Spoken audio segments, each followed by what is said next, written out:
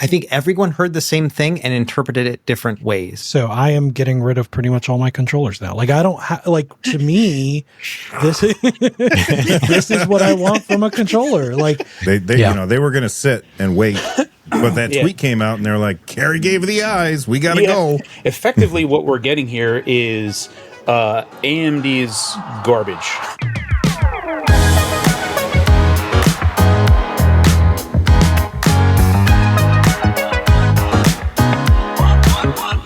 Hey everybody, welcome back to the NerdNest podcast. It's me, it's that guy from Aperture Laboratories, it's the guy with the orange shirt and the guy with the green shirt. How's it going, everybody? See, I didn't screw up anybody's name.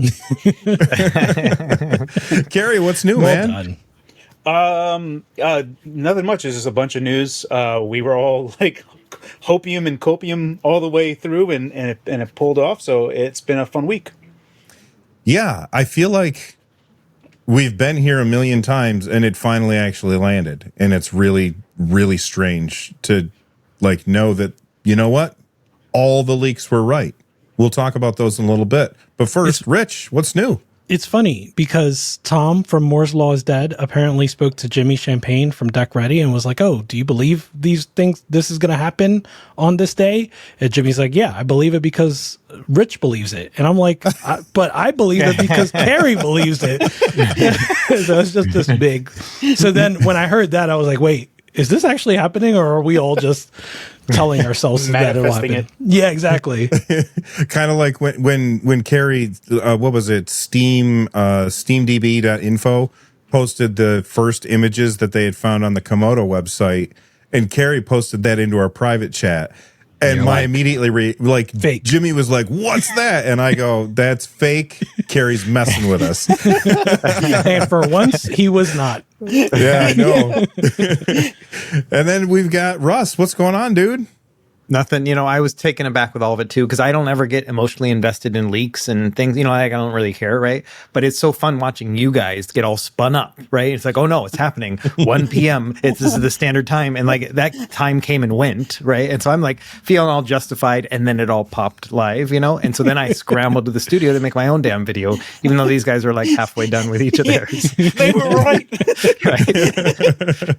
Well, because like I think I don't want to put anybody on the spot for whether or not they took days off or not. I was at work when it happened, and then I saw that it happened, and I was like, okay, as soon as I get home, I was like, I wrote for 30 minutes, I recorded for an hour, I edited for a couple hours to get it down to about 30 minutes, and then I posted. That was probably the fastest I've ever put out a video in my life that had any real editing in it.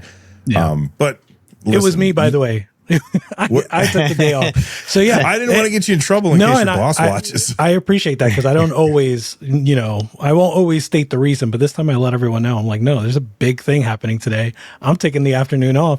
And also partially I knew I would make a video, but mostly I took the afternoon off just to kind of like enjoy, right? Like you don't get these like hype moments very often, especially me, right? Like I don't have a lot of excitement for a lot of hardware, but this one was something that was really exciting to me. So I was like, I'm just going to savor it. And I did. Nice. And then I'm sitting there I'm trying to teach about lunar eclipses, and my watch just keeps going ping, ping, ping, ping, ping, as Carrie says something, and then Rich reacts to it, and then Russ says something, and it just kept going off. And I was like, I'm teaching, and I'm like, I keep teaching. I have to keep hitting my watch to get it to shut up. But anyway, let's talk about these the details that we finally know. Steam launched not one, not two, but 3 different pieces of hardware.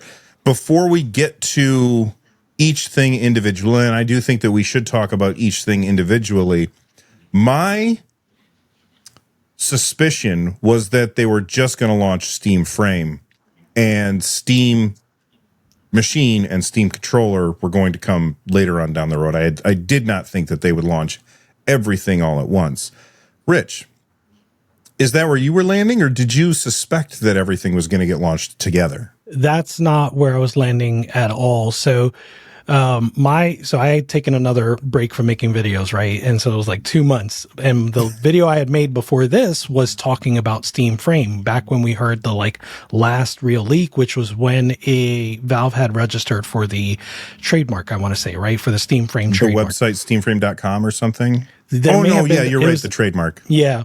So they registered for the trademark, and I had made a video then saying that my claim was that it was the machine, the Fremont. There was a lot of information supporting that it was VR, and it did turn out to be VR. But my point was, you can't really release Deckard the way we had heard about it being leaked without Fremont, the Steam machine. It just the power, and we'll talk about this later when we get more to Steam Frame, but the power that Steam Frame has in it is just not going to be enough for a lot of people that want to play, let's say, Half-Life Alyx, right? Like, you can't release a Valve VR headset that without something that can be a companion if it can't play Half-Life Alyx, right? And so I always Cube. Companion Cube. Yeah. So my theory was always that either they're going to do a big launch, or it's going to be the machine first. And the more I thought about it, the more the big launch made more sense than just machine. Russ, do you think it was more likely to? What were you thinking ahead of time? So I was thinking it was going to be the Fremont headset, and I didn't know, like, or Deckard, right? I don't even know the difference between them. See how much I don't pay attention to this. You caught yourself. Yeah. So I figured it was just going to be VR focused, and that maybe there would be a Half-Life 3 announcement. That's kind of what I was thinking. But I didn't know enough details about Deckard, even though you guys had talked about it, to know power-wise whether or not it could play games standalone or not. And so I just kind of figured that they would have some solution for it. So I personally planned on tuning out. I was like, there's going to be some announcements, but none of them are going to apply to me. Then lo and behold, they all apply to me, and we'll talk about that later too. Yeah. What about you, Carrie? Did you think it was going to be the whole shebang?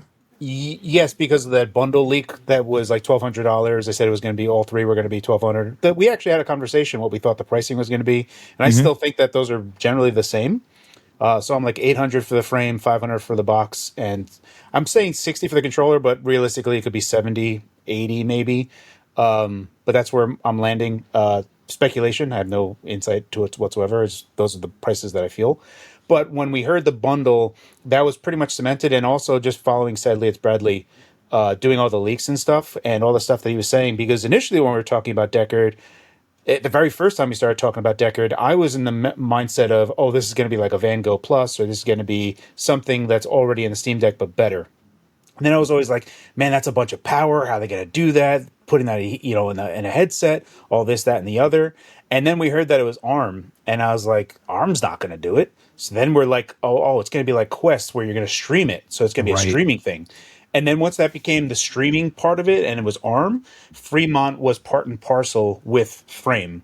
And then it became clear to me with the bundle. I was like, oh, and we actually even had this conversation previously when we talked about the bundle, is we said that it's like going to be a pick and choose whatever the hell you want. Like, you can get Frame by itself, right. And if you already have a host PC, they give you the dongle to connect to it. The Steam controller you can buy separately from everything else if you just want that. Right. The Fremont box, you can just buy the Steam machine. You can just buy that if that's all you're interested in, or you can get all three. And we literally had that discussion, and so it was very much like I knew for a fact at that point that it was happening, because there's just too much, like, when there's smoke, there's fire type of thing. Like, the weird thing for me was like that dude from Playtron just pinged me out of nowhere.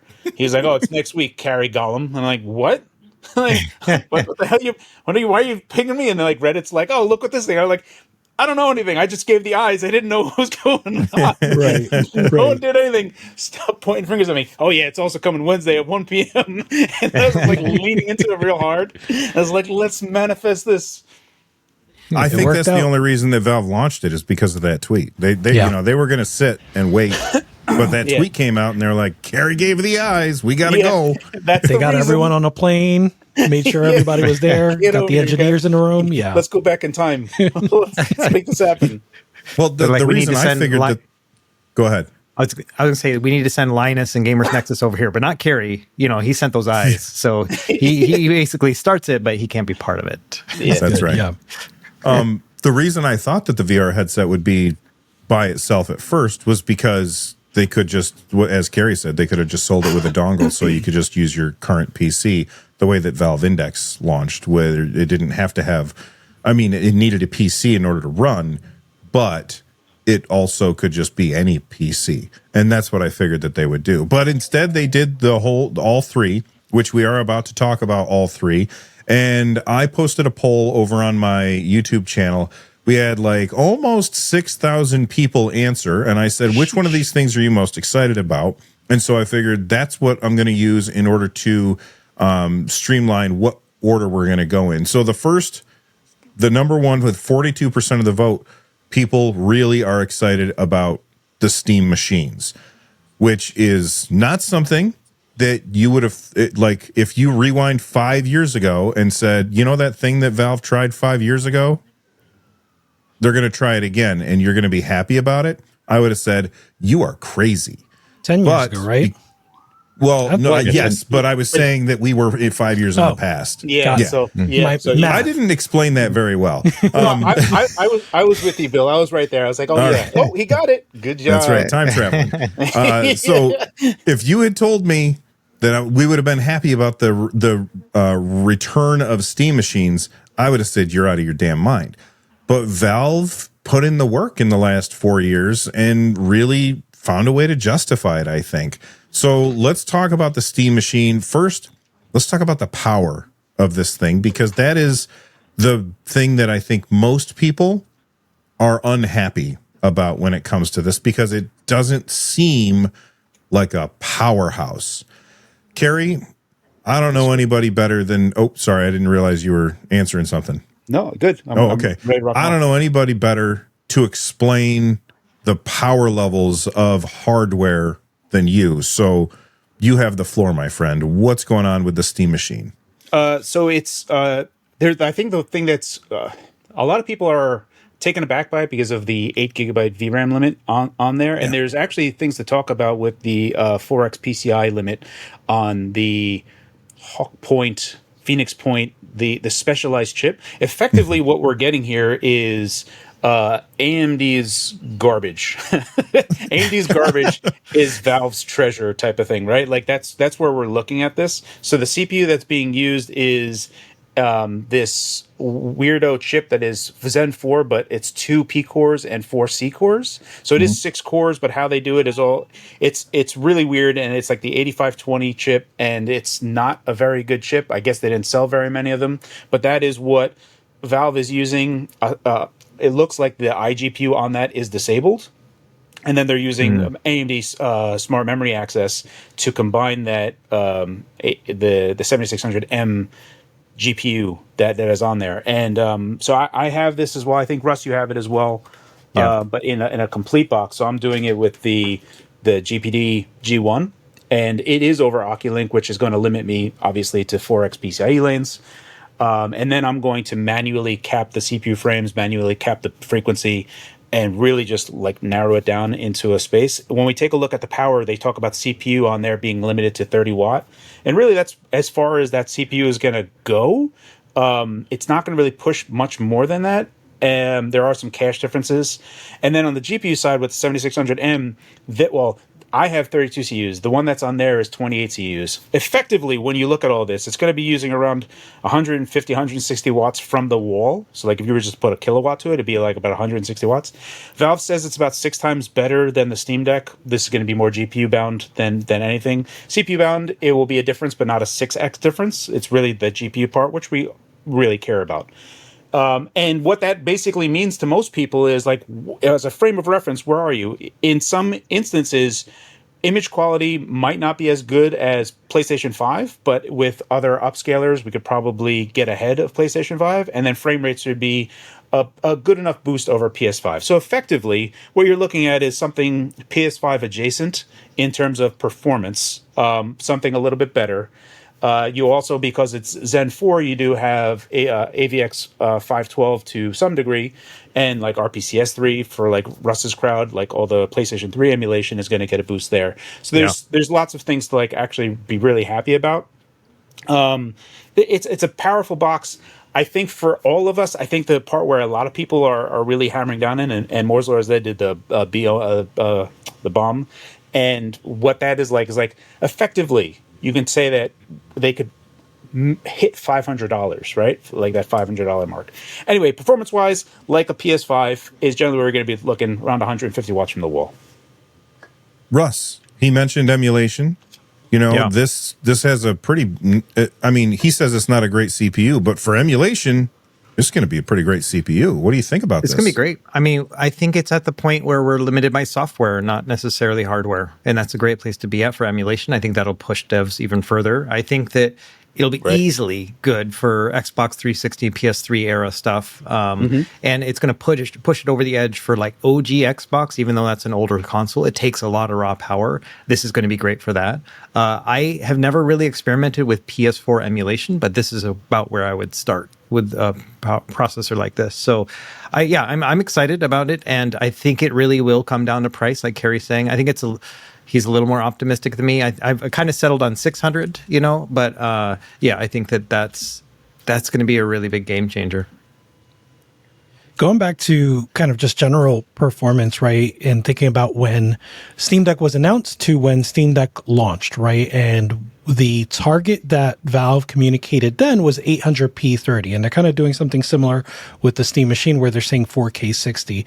And so like they weren't really giving out like performance numbers or anything like that. It was just like you should expect 800p 30. And I think that they landed that. They stuck that landing when it comes to games that were released up to the point that Steam Deck was released, right? Like any game that was released up to the point that Steam Deck was released, you could pretty much play 800p 30. You would get some dips here and there, but it felt like a good 800p 30 experience. So I think even with the analogs that we have right now, we're going to see gains between now and when the Steam Machine is launched. Maybe for specific games, like we saw with Elden Ring specifically, when the Steam Deck was launched, we may see specific games get those gains. But I do think that the 800p 30 benchmark was something that was a lot more reliable than the 4K 60 with FSR, right? It's that with FSR that changes a lot. Like, are we talking about performance? Are we talking about ultra performance? Are we talking about balance? and then, what settings are we talking about? So like, I'm left with a little more caution when I hear 4K 60 with FSR than I was when I heard 800p 30. Yeah. I think it was a mistake for Valve to say 4K 60. Yeah. Because that is the thing that people are going to focus on. They're going to say, well, this game doesn't run at 4K 60. This game doesn't run at 4K 60. And then they're going to, that's going to bite them in the ass. And I'm going to give you an example that nobody knows about, but it's Google Stadia. Google Stadia, I forget his freaking name, the guy who ran it into the ground. He got up on stage, filled something right after he ran something else into the ground. It was Xbox. Yeah. So he got up on stage with giant freaking on the wall behind him, 4K 60. And then every single time a game came out, people would look at it and analyze how, what the resolution was and the frame rate. And they would say, well, it's not 4K 60, it's 1800p. I'm like, okay, it's close enough. Who cares? I can't tell the difference between that and 4K, especially with FSR or with upscaling, but that's beside the point. 90% of the time when people are looking at this stuff, they're like, yeah, it looks pretty good. Right up until Digital Foundry tells them that it's not the number that they were hoping for, and then they get mad about it. And I'm not throwing shade at Digital Foundry because I freaking love what they do. But that is something that they shouldn't have said because they're not going to hit 4K 60 on every game, even with upscaling. So there is one thing, and Digital Foundry actually touched on this a bit in their video, that they had mentioned FSR 4, which is not compatible with RDNA 3 on there, but there is some semblance of Valve saying, or at least acknowledging FSR 4, that has been hacked into Windows, and it's been hacked into Linux prior to that as well. Like, you could leverage FSR 4 using another method to do FSR 4 that is not as good.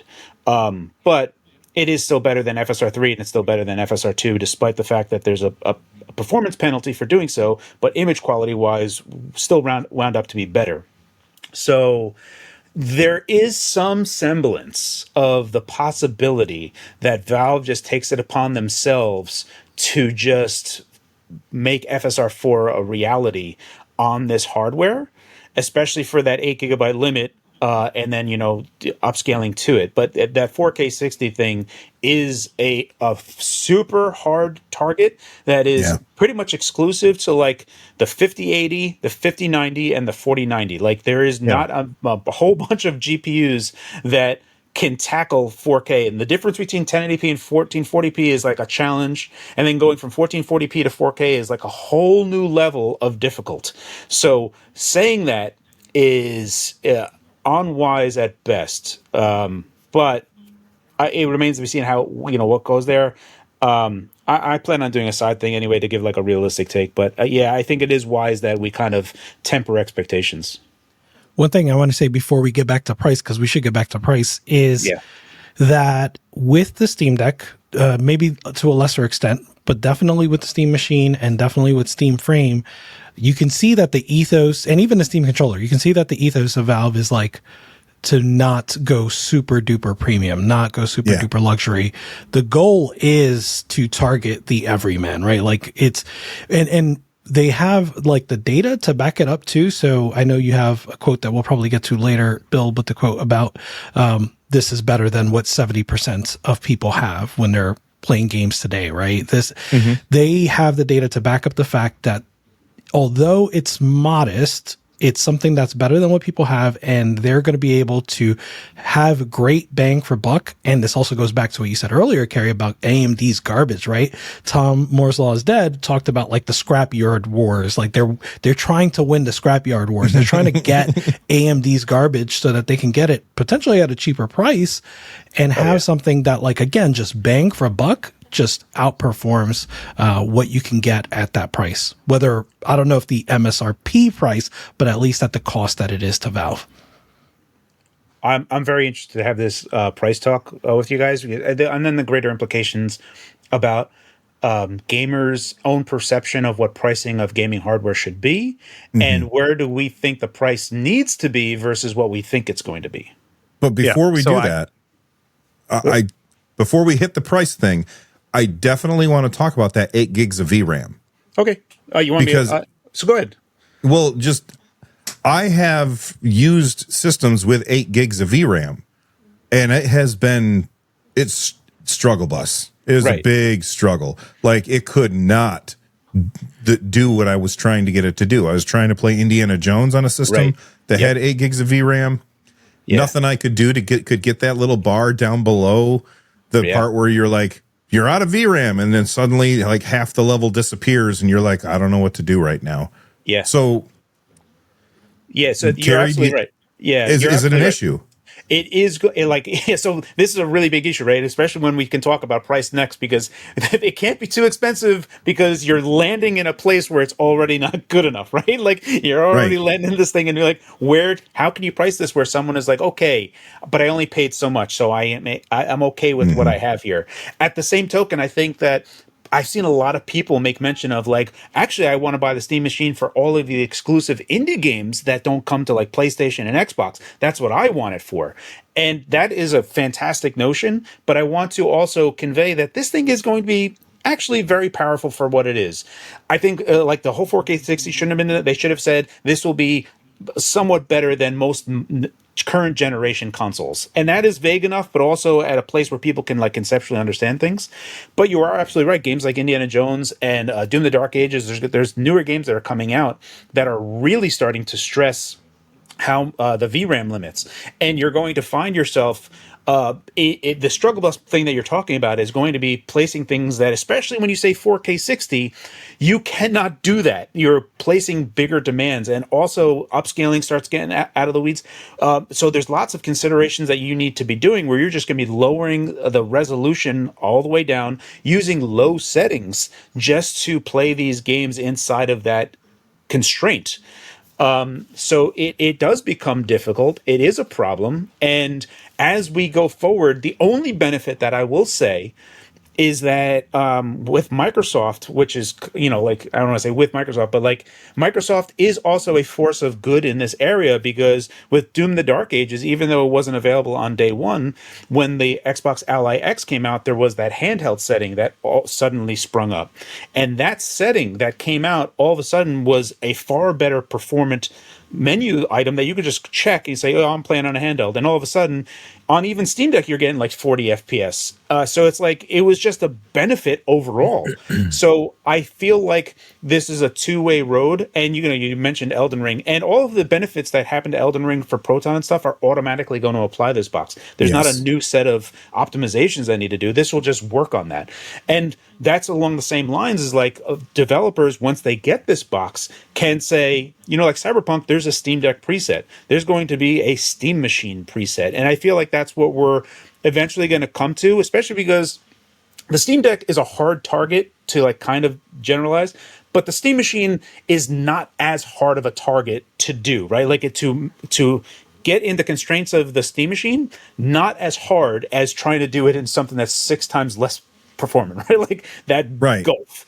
And you don't have to worry about heat. You don't have to worry about battery life. You just go push it as hard as you can. Right. Yeah. So I think it is a valid thing to mention, and many people have talked about it because it is a challenge right now and it is a problem. So how they're going to navigate this is, especially going in the future, I really believe that this is going to be a thing that developers are going to have to get into.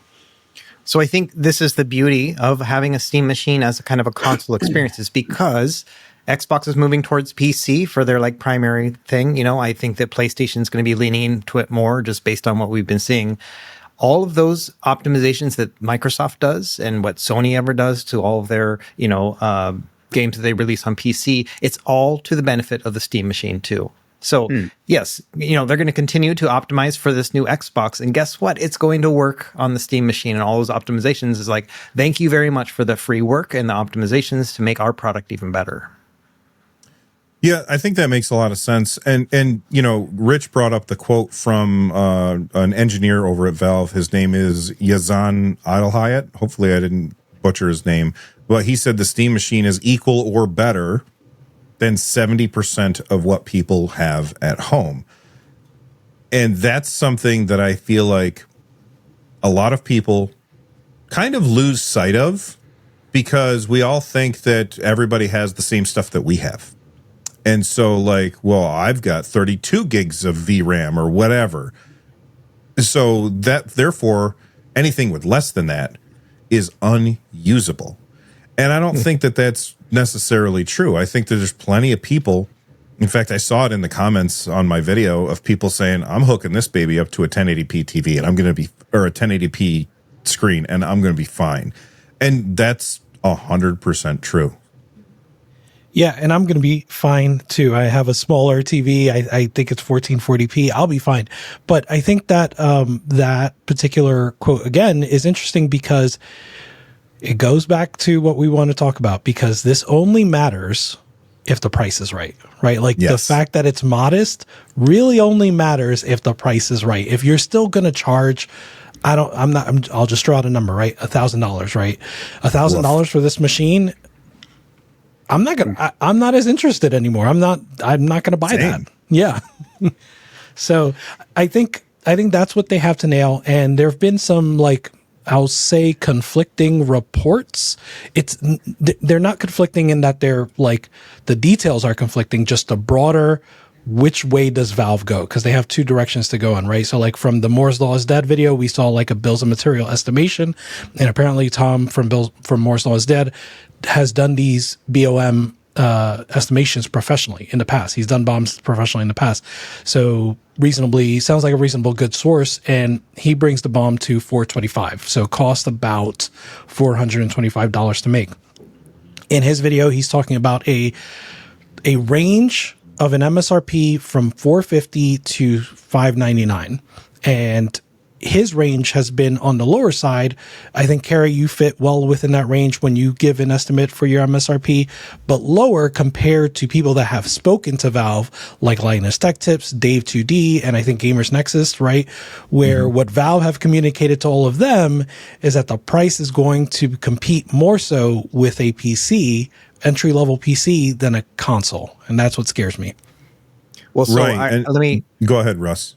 So I was just going to say, like as a guy who's running mini PCs and stuff, it's so funny that I think everyone heard the same thing and interpreted it different ways, right? They basically said, we're not going to compete with consoles. We're competing more with small form factor PCs, right? For me, I'm thinking, oh, mini PCs. Okay, we're looking at $500 to $600 then, right? That's kind of what I'm thinking right there. Other people are like, oh, $2,000 because that's what my PC costs, right? And it's like there's such a huge spectrum, and it's interesting too because people heard the not compete with consoles and instead with PCs, and I heard two different sides. Like, oh, that means more expensive than consoles. Oh, that means cheaper than consoles. Like everyone's got their own interpretation of it. I fall in that same kind of category with Carrie. In my video I said $500 to $600, but I'm leaning more towards $600 now. I think that's probably the sweet spot for me at least.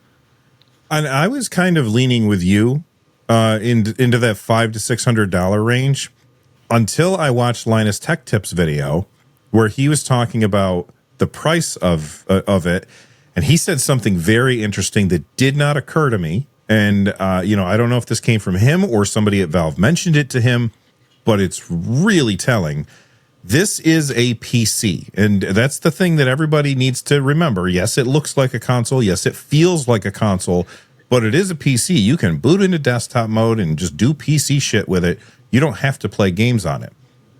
And if they make it, let's say that there's going to be people who say, well, Valve makes a bunch of money on every game sold on Steam. So if they sell it really cheap, maybe even at a loss, they can make up that money when they are selling their games.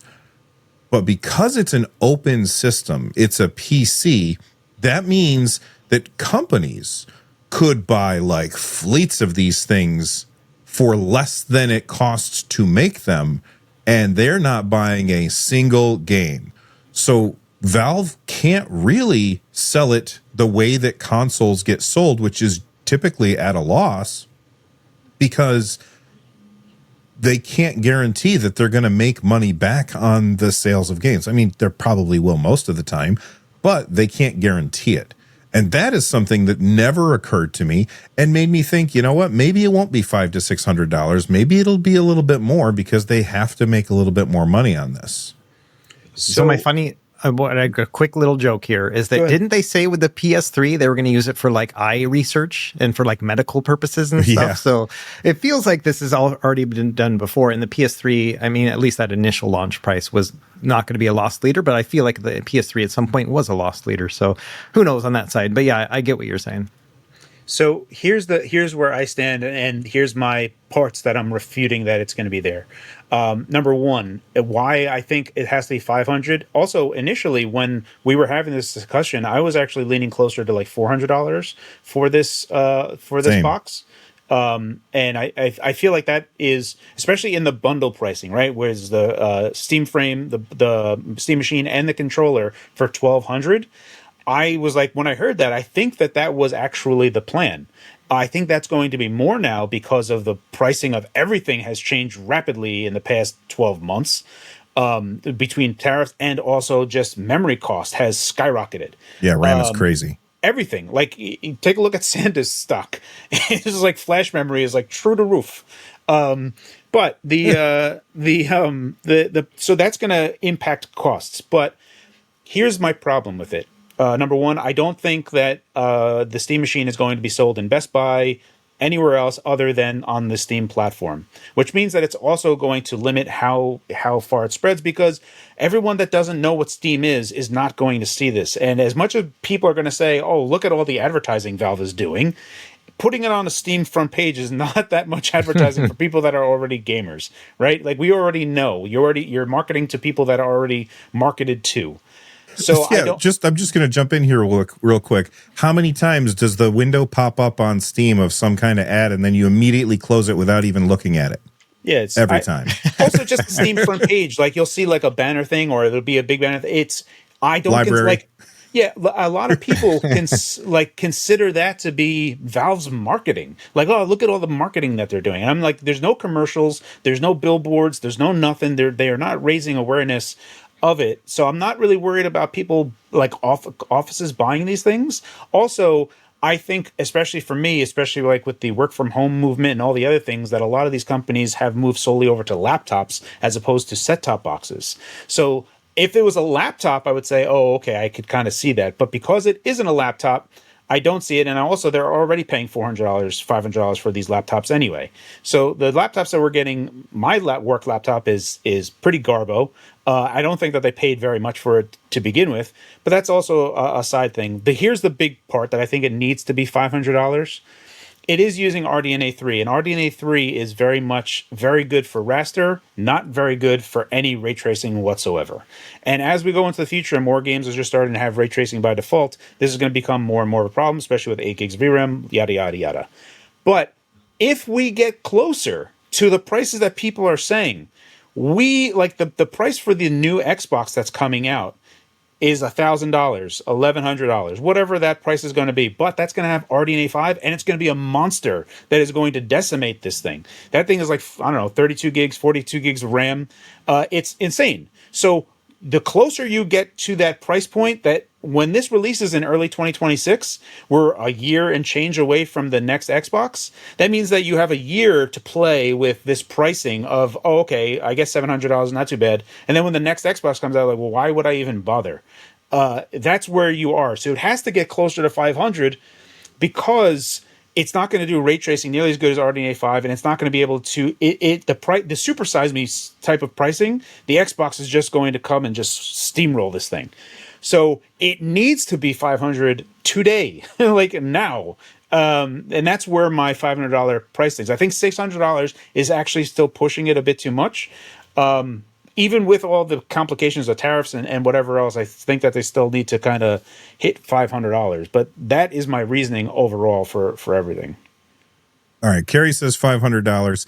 I say it's going to be $7 because of just the cost of RAM and tariffs and stuff. And like they wanted to hit 5 to 6, and I think it's going to push up from there. Rich, where do you think it's going to be?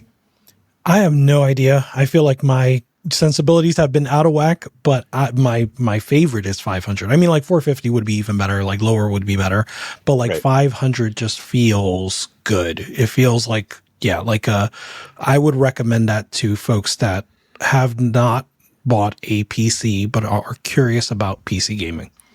Yeah. Russ? I'm at 6, be 6?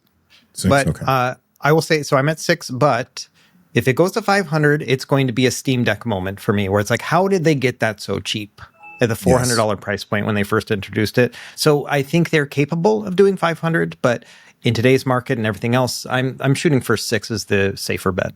Right. One thing I do want to mention before we go on to the next topic is that I find this to be pretty funny insofar as like the timing of when these are coming out are pretty good. Like you look at the Switch 2, right? I look at the Switch 2 and I'm like, actually, this is pretty awesome. But we know that in the 8-year life cycle of the Switch 2, that when we get down to like the 5th year and 6th year, the Switch 2 is going to be a dog. And it's going to be like sluggish on everything. And same for the Steam Machine is we're going to find this same thing where the newer games are coming out. We're going to slowly be pulling back and back. And I find it funny that these things are kind of getting released.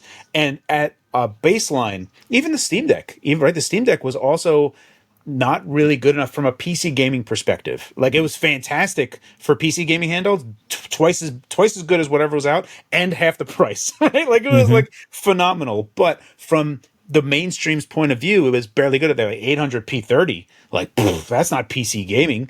So also when we think about the Steam Deck 2, when that comes out, it has the capability of almost being better than the Steam Machine. So that's also a problem. Like there's like some really curious things that are going to be going on in the future. So once 2027 rolls around, things even might get delayed, right? Things, because of everything, things might get delayed till 2028. So it'll be interesting to see, but I just wanted to kind of mention that generally. Yeah. So my hope here is that this is actually going to slow down PC game development, where they're going to target the Steam machine. Like there's going to be enough customers when they reach out to the developer and say, this plays like garbage on the Steam machine. Like there's a standard now as opposed to PC gaming, which is all over the place and whatnot. So much like I think that the Steam Deck had an influence on a lot of these developments over the past couple of years for games, I think the same thing could potentially happen with Steam machine. I'm okay with the PC world slowing down a bit, optimizing, just getting it to run really great at 4K FSR or 1440p, which I think is probably the better target for the Steam machine. And so that's kind of what I'm hoping for, is that it instead of the Steam machine being left behind because all these guys are developing too hard, that it kind of pulls things back and we still get these excellent enjoyment, like experiences. So I would agree with that.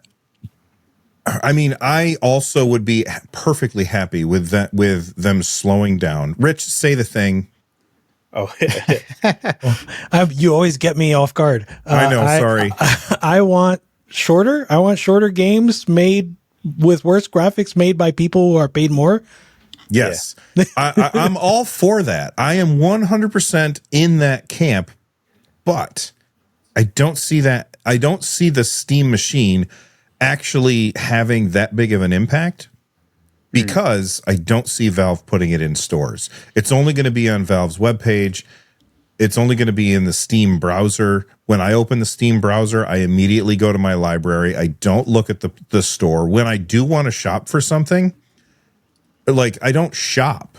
I just look for the exact game that I want and I buy it. Like, you guys know what I mean? Yeah. So I just don't, like, as bullish as I am about the Steam machine, as excited as I am about it, I don't think very many people are going to buy this thing. And it's not that I'm saying that it's because it's bad, but most people, if you walk down the street and you ask them, they've never even heard of the Steam Deck. They've never even heard of the Steam machine or Steam Frame. They know what Steam is, and they probably even use it, but they don't care about that stuff. Not everybody's as plugged in as we are. That brings me to a question I wanted to ask all of you. So as of October, as of November, right? So November 1st, so the October hardware survey results for Steam. Okay. Linux is at 3%. Right. So can Steam Machine plus Steam Frame bring Linux to, let's say, 5%? So by when? I don't know. That's a great question. let's say 2 years. 2 years. All right. So sadly, it's Bradley actually did a video today about Steam Frame and his thoughts on everything. It's actually a great video. It's cathartic in a lot of ways, even for me, even though I wasn't like he was like way in the weeds, but it's been fun, right? Following along. He had said that from what he knows that their plans are like 600K units in the first year of the Steam Frame. And for me, because Steam Frame and Steam Machine are so linked by the hip, so to speak, that I almost frame them in the same context, that their expectations is less than 1 million in a year. And with that, then if that's the only thing that pricing would start to get like kind of mixed up in my head. But for me, I kind of feel like the Steam machine and all this other stuff is Valve's way of kind of forcing the market into accepting, even though Steam is the dominant platform, you still have Fortnite existing outside of that platform. You still have Roblox existing outside of that platform. You still have Xbox Game Pass not really being usable inside of Steam.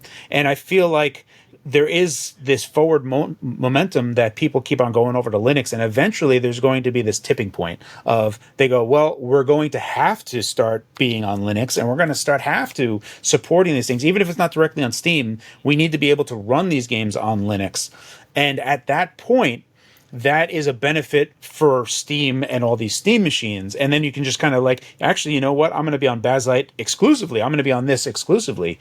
And I feel like there's that snowball moment. But if from the numbers exclusively from what sadly Bradley is doing, I don't think that that's going to gain all that much from this initial year. And maybe things change based on people's excitement, or like maybe it's their expectations were very low.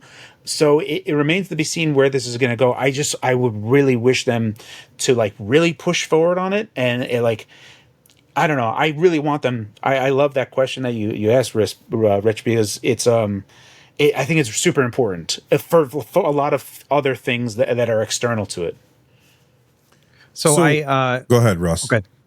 Oh, so I was just going to add that, we talked this 5%, right? Potentially moving over. And I said this a few weeks ago. I don't know if you guys were on or if it was with Rudy, but, throughout history, 8% is the tipping point for when there's a revolution, right? So, and I said in that conversation that it's hardware driven, that we need a box that's going to get Linux snuck into our houses, right? And I think this is that box. And I think that it does have that potential. I'm a lot more optimistic about the sales than you guys, I think, because yes, it's only going to be showed on the storefront if they don't put it in Best Buy, but that's also the largest gaming storefront in the world. There's 31 million people concurrently playing on Steam right now. So I think that there is an opportunity for it to kind of start to blossom and bloom, word of mouth kind of thing. I see this being as a potential Nintendo Wii situation where it's there's some sort of machine, people don't understand it, but they want it. And it's mostly to play bowling or whatever, right, at the time. But that's kind of what pushed it, right? Where it became this thing where my parents-in-law heard about it and they're like, what is this thing, right? Because they're seeing it on the news or whatever. And I could potentially see this being a very disruptive box in the whole space if it's at a good price, especially when everything else goes really high. So, I see this as being actually potentially getting us to that 5% in the next 2 years. Okay. In 2 years, well, I mean, when the Steam Deck came out in 4 years ago, roughly, what percent was Linux at that point? Because I know the Steam Deck did have had a big impact on. I wish Liam was here. It was nothing. It was nothing before. I have to look back. It was 1% before Steam Deck. 1% or below. I think it was 1.7% in 2015. Could have been 2015. In 2015, it was 1.7%. But anyway, my point is that once the Steam Deck launched, the number of people using Linux jumped up quite a bit. And it's not just people who are playing on the Steam Deck. It's people who, are really pissed off at Windows because they keep shoving that Copilot AI garbage in their faces or recording their desktops in order to do some kind of backup BS that I don't like. People are losing trust in Microsoft Windows as an operating system. Go ahead, Rich. Okay. Yeah, just wanted to make sure. I know you had mentioned something before about shares, but... Oh, you mean screen share? Yeah, go ahead. It's people were complaining that my frame rate went down when I was sharing. Gotcha. That's what it was. Yeah, so right here, when the Steam Deck was released, it was 1.02%. And it was up and down before that, right? So it was as recently as a few months before that, it was 1.16, but then a few months before that, 0.86. So up and down, but around 1% up until Steam Deck was released. And then 2%, around 2% when Steam Deck OLED was released. And now it's all the way up to 3%. So it's had enormous growth. Yeah, the context here, and probably, Bill, what you may have seen is this is gaming, right? Gaming on Linux. Oh, right. Share, right? As opposed to PC share, because there are, enterprise solutions that are Linux-based that are skewing that, because people aren't gaming on that. And so that's probably where that 1%, 1.7% came from compared to this. So that makes sense. Well, anyway, the fact of the matter is clearly from that graph alone, we can see that the Steam Deck, which only sold, I'm going to be super generous to Valve right now, maybe 8 million units in the last 4 years, had a huge impact. What did it go up to, Rich? It went from 1% to 3% now. Yeah.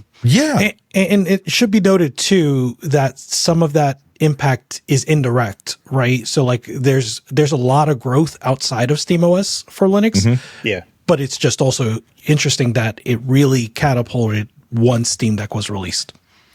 Yes. So I agree. I do think that it's possible to hit the target that you hit in 2 years, or that you mentioned in 2 years. If that's true, I mean, that's fascinating, right? And that could give ammunition to exactly what you're saying for more and more developers to really want to. I understand that Steam Machine is just one subset of that, but to be able to target Steam Machine, to be able to target Steam Deck, and to be able to target Steam Frame, that could be something that's interesting to a lot more developers than it is today. Yeah, Valve actually, there's this, it looks like an interview with Jack Goodall over on PC Guide, and they were talking to, this is, somebody's repurposing something that was over at Eurogamer. But basically, somebody at Valve had said, while Steam Machine also requires dev participation to enable anti-cheat, we think the incentives for enabling anti-cheat on Machine, meaning Steam Machine, to be higher than Deck, as we expect more people to play multiplayer games on it. So ultimately, we hope that the launch of Machine will change the equation around anti-cheat support and increase its support. And that makes a lot of sense to me, because when I play a multiplayer game, I don't want to play on the Steam Deck because the screen is too small and it's hard for me. Like, it's easier to hit targets when they're big on when they're on a big TV screen, you know? So I think that more people are going to be asking, hey, can we get access to playing this game? Especially since it's easy for the devs to do. It's literally a button. Like, they just click a button and they say, go ahead. Yes, it'll work. But right now they don't want to, because they don't want to support it, which is a whole extra bag of worms. Bag of worms? Is that a phrase? That's not a phrase. It is now. I'm going to continue to be the back when Steam Deck was released guy and say, it's just, again, historically, it may be hard to see, but a lot has changed since 2021 in terms of anti-cheat on Linux, right? So certainly a lot of the big players are just games that have existed for years before the Steam Deck was released, and so they haven't budged at all.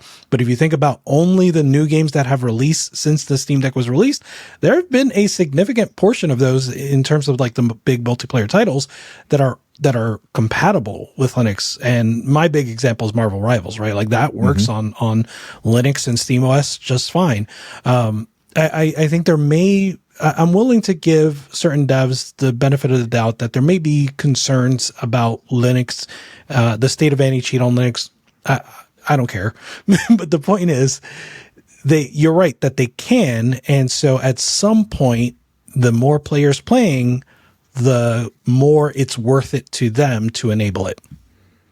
Yeah, so I'm glad you brought that up, Rich, because I wanted to segue into it as well, is that if Valve is saying that they see more people playing multiplayer on there, then there may be bigger aspirations. I also think now it's actually going to be $400. No,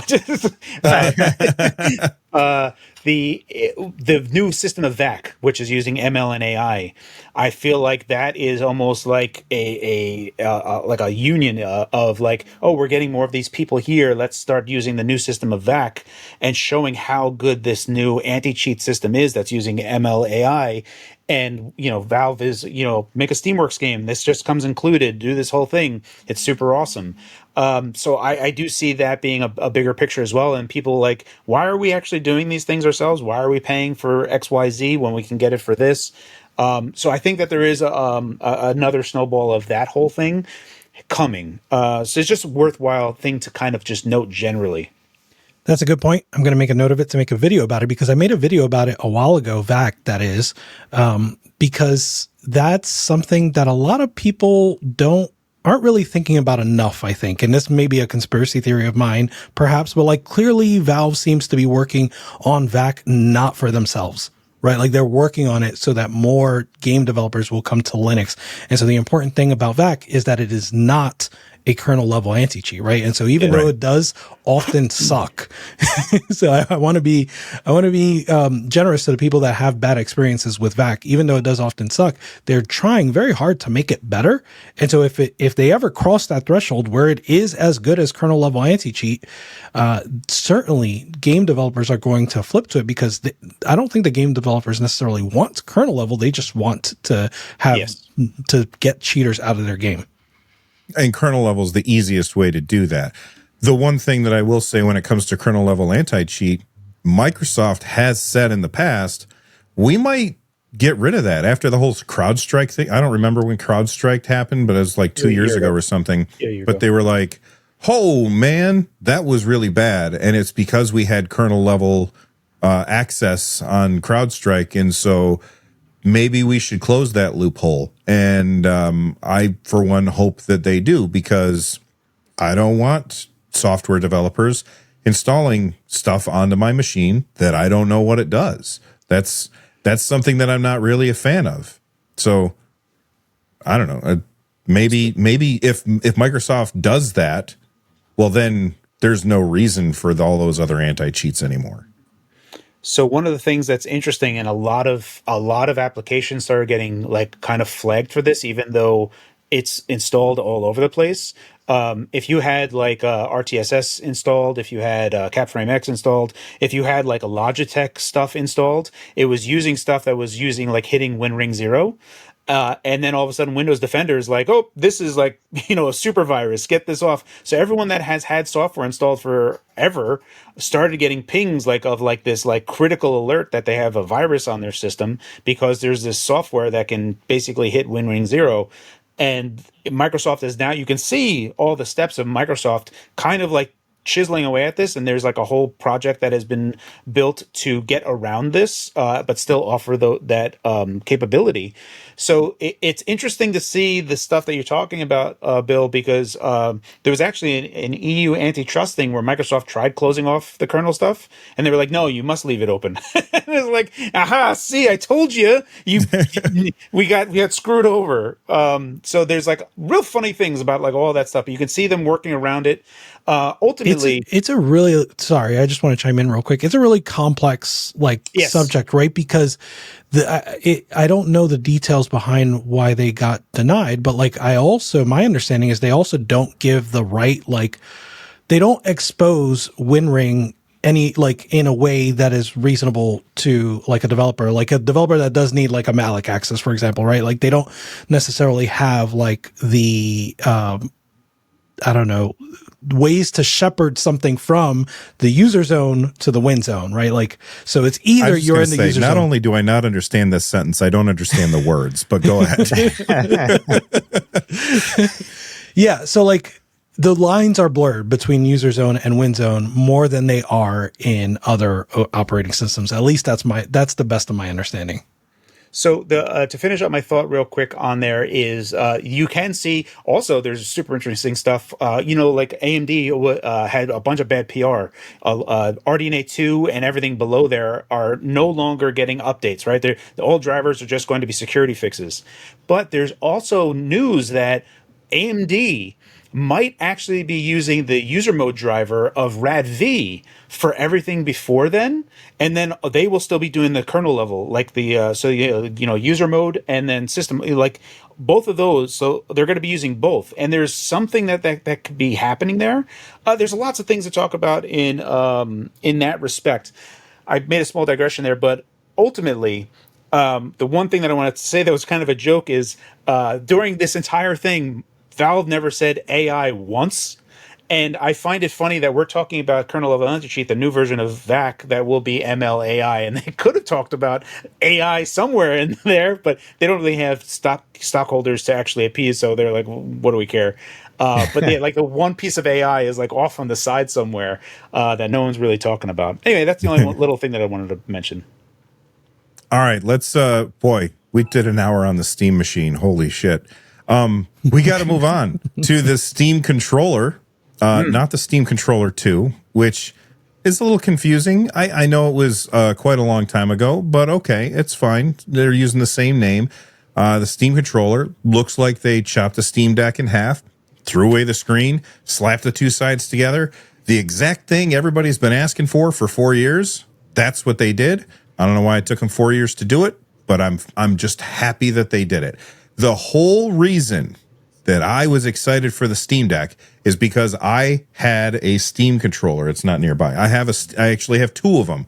And when I used it, I was like, this is the damn future in my hands. It's so good. You could do anything you wanted with it because of the combination of the trackpads and Steam's software, Steam Input. it was an amazing tool that made it so that I could play games on a TV, not stuck at my desk, without mouse and keyboard, which I never really enjoyed anyway. It was just amazing. And now we've got a new one. Rich? Actually, Russ, because Russ hasn't said anything in a while. Russ? I didn't mix up their names, by the way. I just realized my mistake. Russ, what do you think about the Steam controller? Yeah, it's definitely the least interesting, I think, among the three things that we had announced, just because it's so known, like it's like cool. Like I definitely want to see how it feels in the hands. I heard somebody, I think it was Giant Bomb, they said that it kind of feels like a Dreambox or Dreamcast controller because it's so kind of tall and high. And so it'll be interesting. I definitely just want to feel it and see what kind of new ideas they have. I mean, the Steam Deck, you look at it and you're like, doesn't look great, and then you put it in your hands and you're like, holy smokes. And so I want that same experience with this controller, because right now I'm looking at it and being like, yep, they made a controller. Fair enough. That's funny. I have the opposite reaction. So I am getting rid of pretty much all my controllers now. Like I don't to me, this is, this is what I want from a controller. Like the only thing, so like once the Steam Deck came out, right, I was finally able to play boomer shooters on a handheld. Right. Before that, that was literally the only genre I was missing from my GPD Win Max, right? Like I could play anything else on the GPD Win Max, but I couldn't play boomer shooters. And like I could, but I didn't enjoy the experience. So finally, when the Steam Deck came out, I was like, perfect, I can do this now.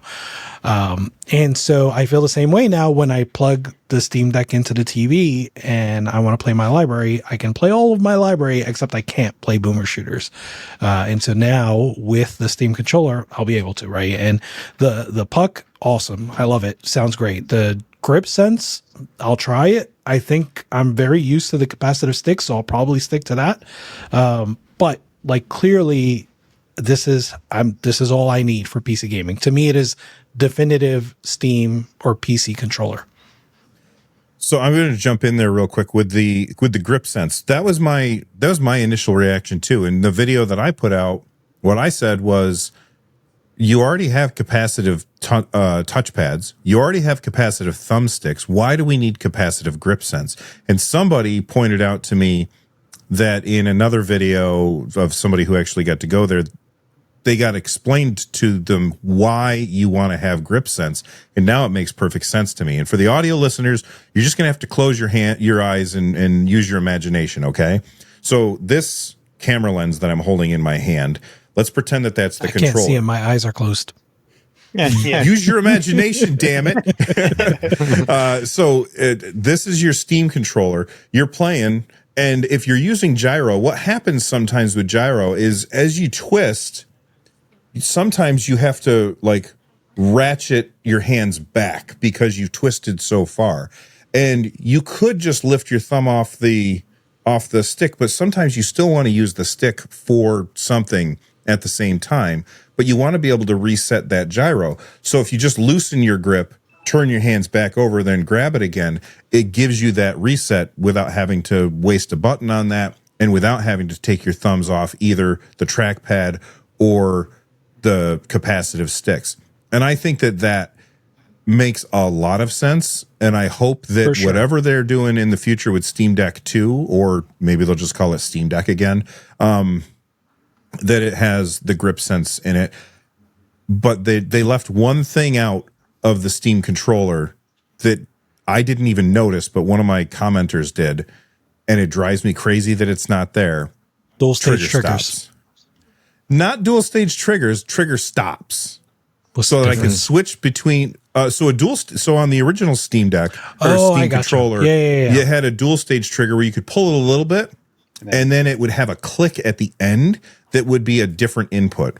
And I was really frustrated that they took that away with the Steam Deck, but it's fine. They kind of solved that in emulation, or not emulation, but in software. But once I got my hands on devices that have trigger stops, I'm like, oh my God, I never want to not have a trigger stop again. It's just so much better. So here's what I'm kind of in between everyone, but there's some like open questions, and I've sent some stuff to like Lawrence Yang, and they haven't replied. So I'm not going to send any more questions because whatever. Anyway, We'll just take turns. I'll send the next question. Don't worry. I'm in the same kind of bucket as like Russ is like, it's like, okay, it's a controller, right? Like whatever. But I will say that for the grip part of enabling the gyro, that is for me 100%. I am going to disable gyro on capacitive touch and capacitive because I just rest my thumbs on the thumbsticks all the time anyway. So I can't be having it there because it messes with my brain. It's like patting my head and rubbing my stomach at the same time. I can't it breaks my brain when I'm trying to do that. However, I have been able to, like on the Asus RG Ally, I have been able to make gyro operate, like enable, when I press left trigger to bring up my iron sights. And then that goes to me one-to-one. So if I can grip something to then start fine-tuning aiming, I think that this is finally the time. It's my time to shine with gyro. Like I'm finally gonna get it.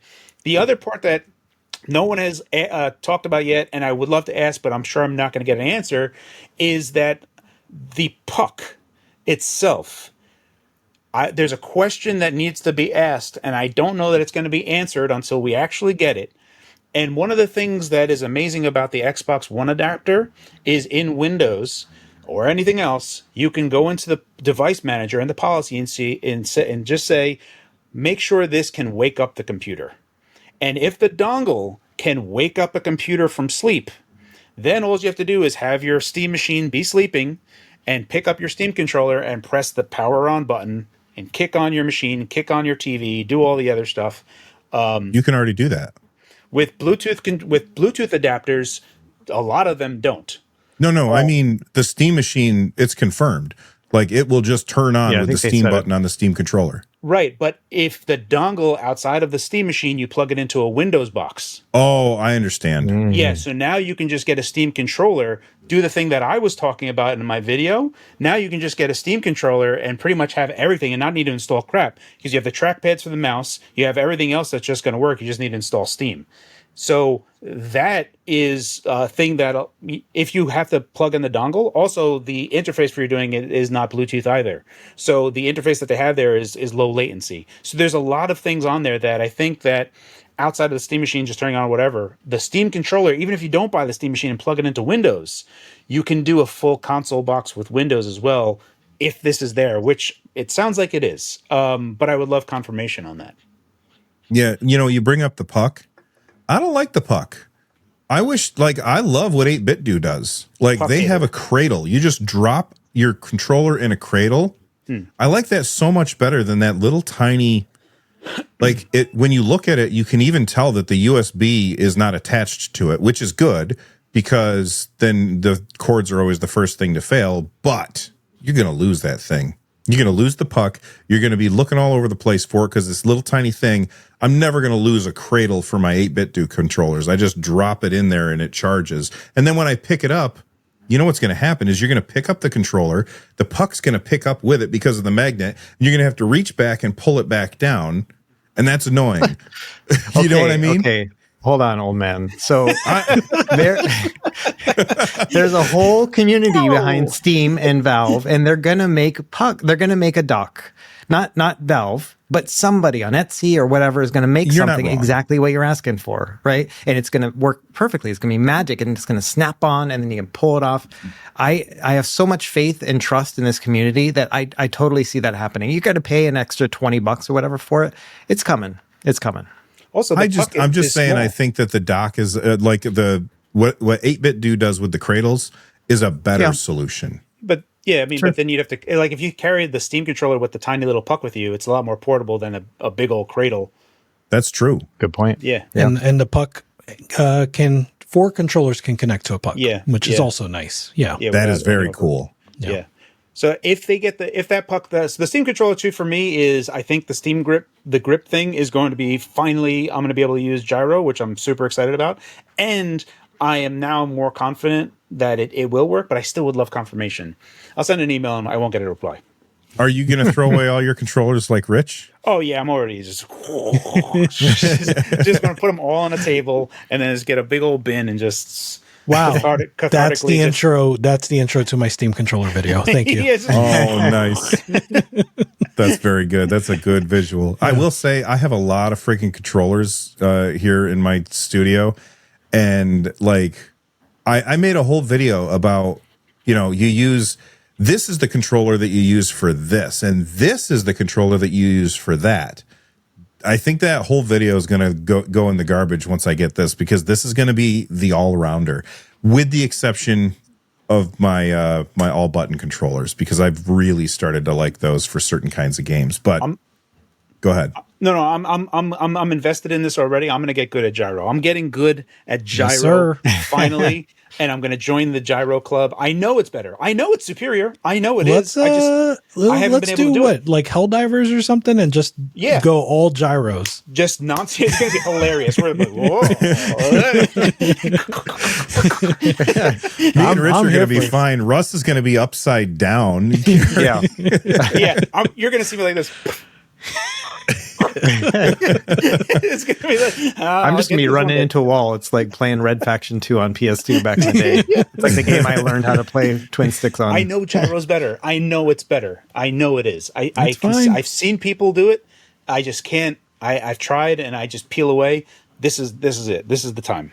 See, what you have to do is you have to pick a game and you have to say, I am not allowed to play this game any other way. I have to play it with gyro. The game that I chose, the worst possible game to do that with, and it was Doom 2016. And it was That's freaking because it came out at the same time, like just a little bit after the Steam controller. Yeah. Yeah. I played that game too with the Steam controller. Yeah, absolutely. And wasn't it amazing? Mm-hmm. Like you're able to, like, the trackpads, because you guys have used the trackpads before, you know that when you playing it in a game, it feels like it's a track ball. So you can flick your thumb and then put your thumb down to stop in an instant and then aim with the gyro. It's just such a great experience. The only drawback, and the one thing that's going to make it not work in certain games, is when you have games that require that mouse and keyboard and controller are separated. So when you touch the trackpad, suddenly your screen's going to start flashing between like WASD and ABXY, and you're like, what the hell is happening here? Like, that's something that I wish Valve could find a way to fix, but I don't think that they can't do it for us. You can make it work by, you know, as you know, by making just all your controls mouse and keyboard. Just emulate mouse and keyboard on the Steam controller or the Steam Deck, but then you lose the prompts. So, yeah, you gotta get good in that case. You gotta get good. That's it. Yeah. Yeah. Russ, Carrie, I would love to see you guys make videos about you guys trying gyro for a week or something, like the gyro challenge. I'll do it. I want to get back. Like, once I saw that grip, I was like, okay, that is 100% what I need. I'm going to disable the capacitive touch. I know I can't get my head around it. I've done it so many times, and it bothers me to no end that when I'm just resting my thumb, I can see the camera like moving just the tiniest bit because it's picking up just the tiny motions. I'm like, get rid of that. I don't want that. So I think that's still going to happen. Yeah, but when I do the grip, wherever the grip is, when I'll figure out how I have to grip it, and I'll ungrip it when I don't need it. But as long as I can just do grip only, that's what I'm gonna lean on real hard, and I'm fairly confident I can get that because I was already doing it with the left trigger. So fingers crossed, this is my time to shine, and then I'll be able to be unstoppable in FPSs. I will say, in my own defense, I can do gyro with Breath of the Wild and Tears of the Kingdom, and it's fine. Like, that's the one where it's like, pull the arrow. I can, even though I play inverted with my right thumb, I still play gyro normally, and somehow my brain makes it work. So I got hope that I'll probably be okay at it, but I just tend to not use it. Is there any reason why invert gyro? Yeah, because invert gyro means I'd have to push down to go up. It makes sense for me with the thumb, but not with the actual machine. I'm moving, I'm moving like a frame of a photo, right? Is how I'm using gyro. And so that makes sense to me naturally. And then my thumb just does what it does. So that's funny you mentioned Breath of the Wild. Splatoon is a pretty good learn to gyro game because it does what Carrie's saying, where it's like when you aim down sights, then it enables gyro, I think. Yeah. So that's a good one. Plus, it's a really fun game. I like That's Splatoon true. a lot. Yeah. I think we need more Splatoon clones out there. All right. Foam stars? Foam stars. Foam stars. That's not what I meant, Rich. We tried. Okay. Yeah. Yeah, you did. Oh boy. Let's move on to the Steam Frame, the actual goggles. I'm not a VR guy, but I still want this. I still want this a lot. I love that it has pancake lenses. Watched Linus Tech Tips video about it. He was over the moon about foveated streaming. What I wonder is, can they combine foveated rendering with foveated streaming to make it even better? Like, I think that that's a possibility. This thing looks to be pretty expensive. Like, I know that they said it's not going to be as much as the original Index, but the original Index was $1,000 by itself. So that's not really hopeful as far as price for me. I love the controller because the controller has all of the regular controller buttons that regular controllers have. That's something that I never understood other VR companies do, where they would say, well, we won't put a D-pad on here, but we'll put the AB buttons over here and the XY buttons over here. Like, that was always weird to me, that they wouldn't put more buttons on there so you could do all of the things that you would normally do. What do you guys think about, Carrie, you're the big VR guy in the group. Like, you have your MetaQuest stuff that you're always talking about. Yeah. Are you super hyped for this? Oh, he's putting it on. Yay, I can do stuff where I'm just like picking up stuff random around my house. It's a lot of wires. So this is the Index. Is that? I I've never know, seen that's it in the wild. That's awesome. Yeah, that's the Yeah. Index. So, I have an Index. It's over here because I actually, in this basement area, I have like a VR. In the basement area, I have a VR area with the whatever the lanterns, Cameras? Yeah, to like track everything, and I have them up and out of the way. So I've like ran all the wires, so it's all in the ceiling. Wow. Yeah, so it's I played Half-Life Alyx like that. I never finished it. I really enjoyed it, but this room gets super cluttered all the time, and then it's like my VR space vanishes. Anywho, yeah, so starting with the Quest 3, it really cemented home for me that I never want to have a wired headset ever again. Yeah. Having a wireless thing was like, it must be wireless. I don't care what it is. If it's wired, it's something that I don't want and I won't want. I will say that there's parts of the Steam Frame that I am a little upset. I wish that they pushed it a little bit further, and I understand that maybe cost constraints were there and whatnot, but I was hoping that we would get something that was a step above what the Quest 3's optics were, and it doesn't look like that's the case. Like the Quest 3 pancake lenses, 110-degree field of view, similar type of resolution. It's basically like a Quest 3, maybe a little bit better. And really the part that separates it, and the thing that I very much care about, is that the Steam Frame has that dongle that basically creates the bridge directly to the headset. And that is the main reason that I want it, is just to have that very quick connection to my PC to play VR games. So I'm not gonna get. I don't need the Steam machine, but I will have my PC rendering for whatever it needs to cast, and then that foveated streaming thing with the eye track. The eye tracking thing is the bigger part.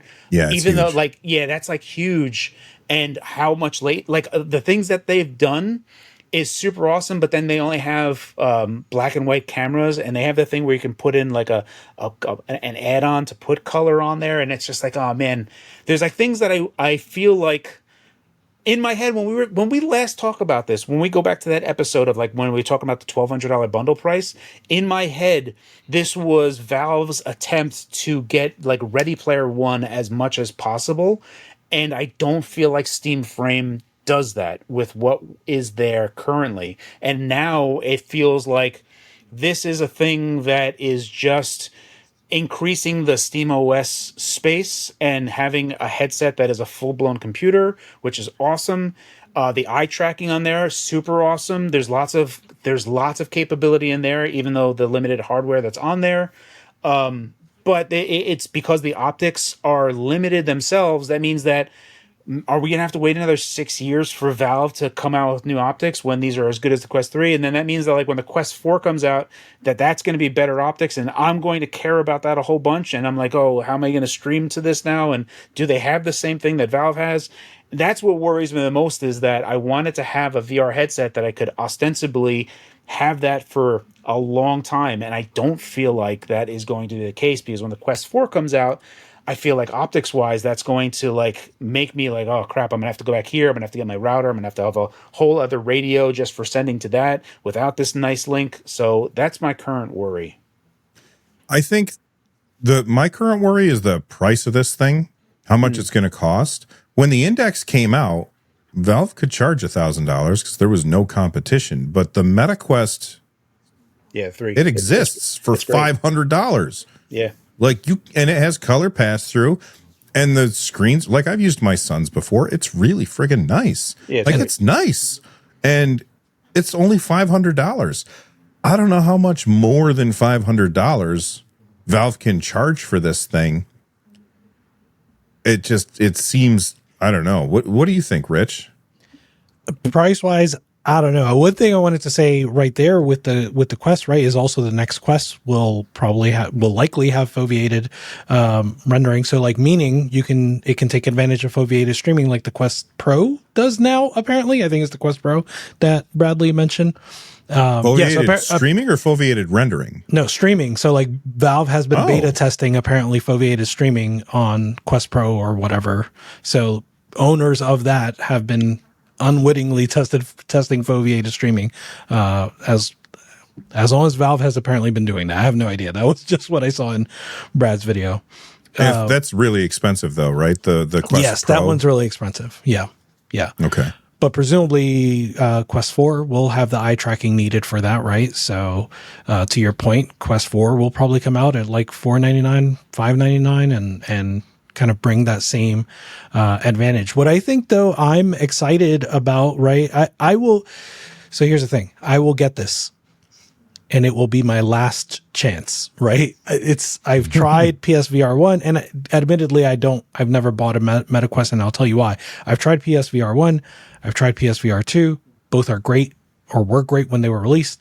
But I just can't stick to it, right? I just can't stick to VR gaming. And one reason I bought the PSVR 1 and 2 and not say MetaQuest is because I have a built-in library at least there.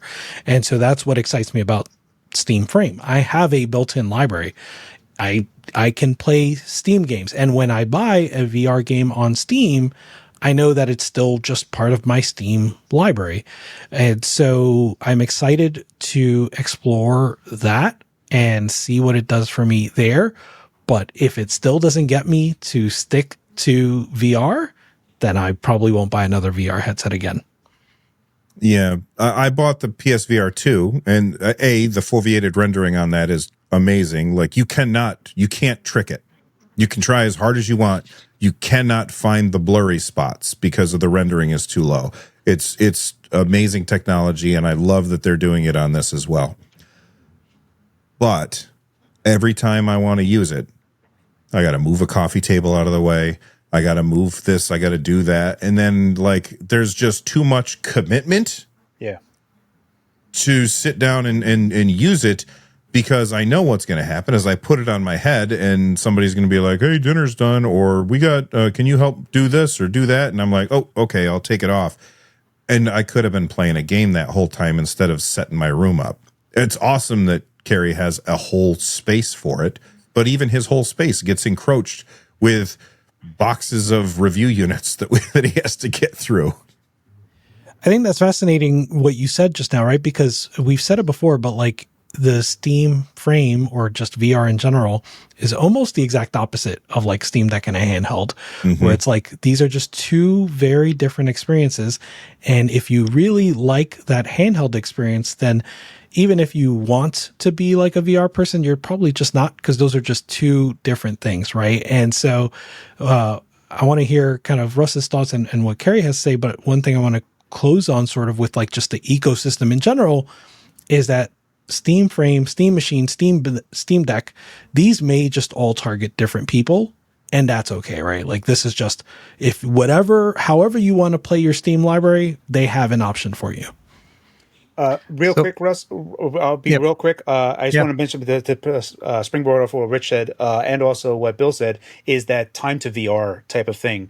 And that's why I kind of go back to the things that I'm upset about with the Steam frame and the pass-through type of stuff and color lenses and being able to just have it on your head and interact whenever you need to, like blending in and out, is a crucial part of being able to just slip into the Steam frame, go to whatever you need to do, jump into the game, jump out of the game, but keeping the headset on. Anytime you have to take that off, there's so much friction to putting it back on. That's why that's the point that I kind of wish that they had better optics, filling out your view, cameras out. I really felt like that should have been more, but that's all I wanted to say. And I wanted to just touch on that, but you can go ahead, Russ. So I think my take on it is that I might get it, just because I want to talk to you guys about it and all that stuff. But also, I plan on playing it with flat games, like just regular old games, and just kind of treating it like AR glasses, X reels and whatnot. It looks lightweight. I think it's like under a pound or something. Like it looks like something that I have the MetaQuest 3. It gets heavy. Like I can only do that for about an hour.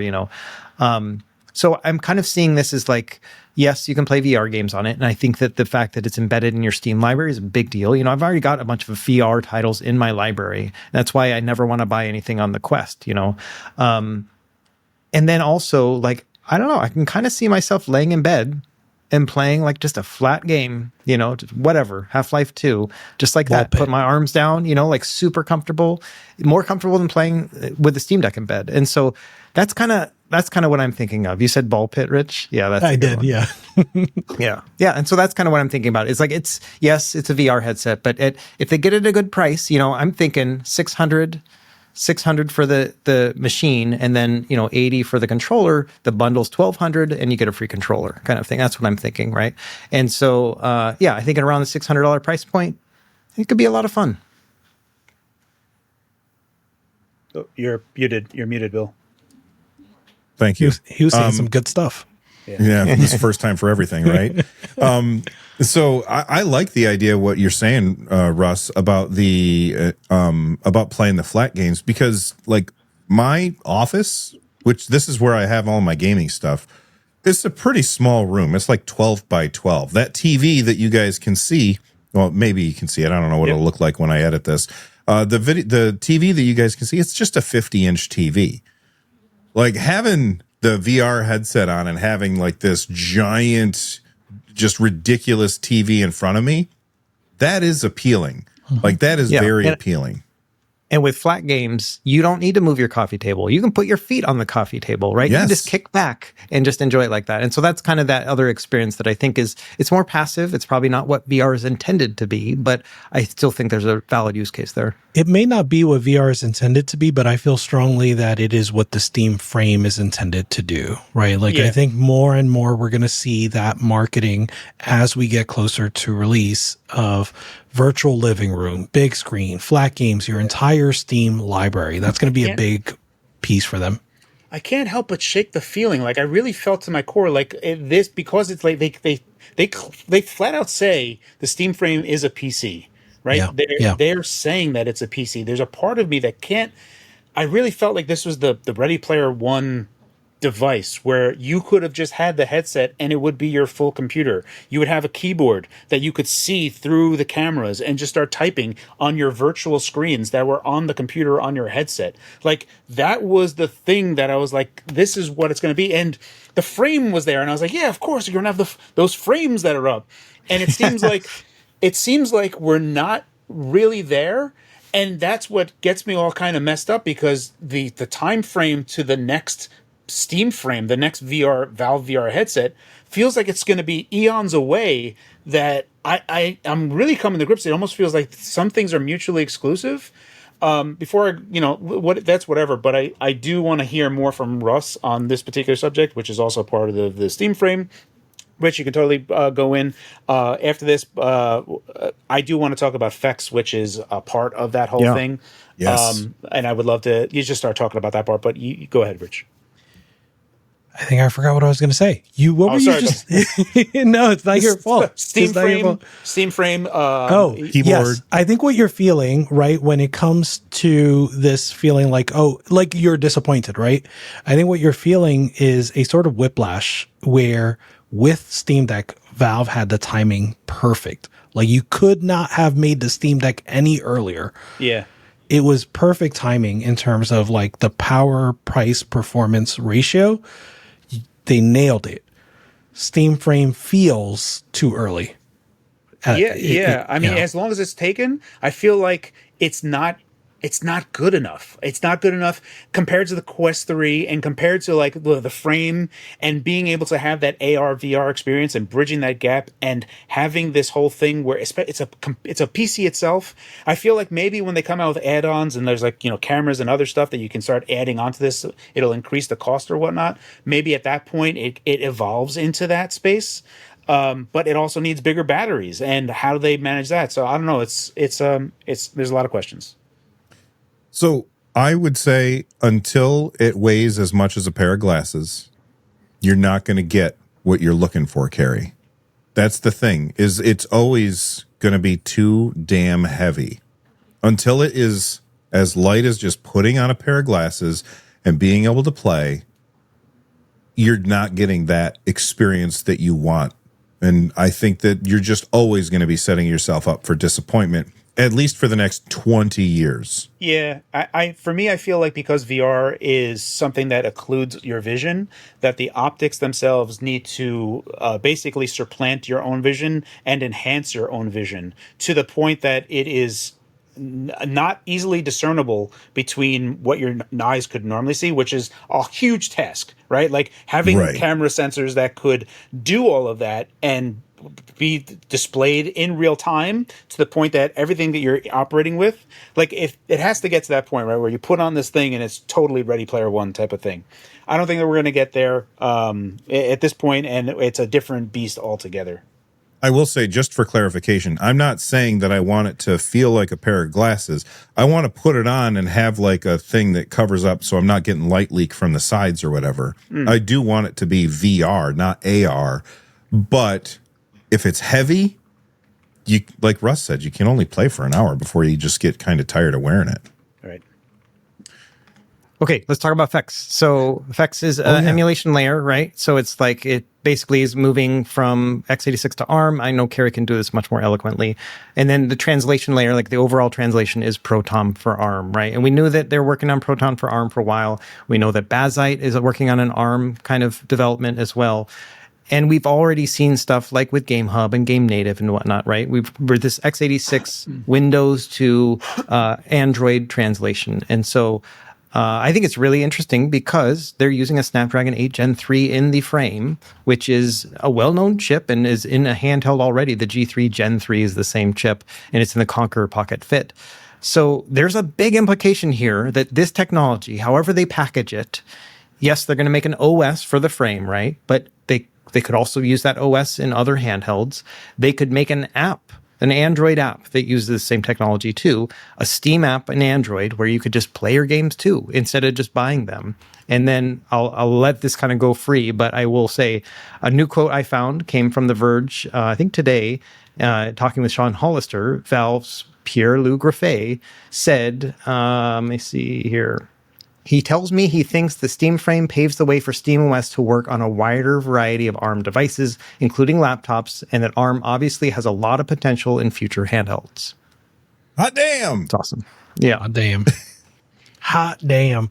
Go for it, Carrie. All right. So really quickly, I think, and I had said this, I believe, in the last podcast that I was in, that Aya Neo is going to find themselves to have a phone that will be a Steam phone. And they're going to basically accidentally walk into the capability of being the first gaming phone that is a Steam phone. Like, oh, hey, how about that? Yeah, we planned this from the start, guys. Look at us. That would be awesome. Do you see, Carrie, do you see Valve just making a phone? A Steam phone would be awesome. I don't see them making it myself. I think that they would be a great candidate for it, but I don't personally see them doing. I see them being the middleware layer that they already are. So like with FEX and Proton, well, Proton for ARM includes FEX, So all of the compatibility layers is the stuff that they're working on, because that's where stuff pays dividends. I think for me, the bigger part is that Snapdragon Qualcomm now needs to really step up their game, because they've been really lackadaisical with Vulkan support and just driver support on their drivers as they were, because it's always been like, here it is, game developers that are making mobile games, you work within these parameters, do the best you can. And now they're going to find themselves in a place where all of a sudden all these exotic Vulkan extensions are going to be worthwhile and necessary, and they're going to have to start supporting those. So there is already capability for Android to sideload drivers, and that was, I forget which Android version they started doing that. I feel like it was Android 13 or Android 12 when that capability started coming out. But we obviously our community uses that a whole bunch, and especially for like Switch emulation and other stuff, you can hot load other drivers, and that's a big benefit. So I feel like Valve kind of was almost had to use a Snapdragon Gen 3, because that has the best compatibility from what we have of like other drivers that we can use, and then FX and Proton for ARM, because Proton for ARM is going to be doing all the calls to, so you're doing the ISA instruction side for FX to go to x86 to ARM, so that ARM can work on there, and then you have all of that API layer that is just going to have to be leaning on Vulkan to do it. So you need all of that stuff to be working really well.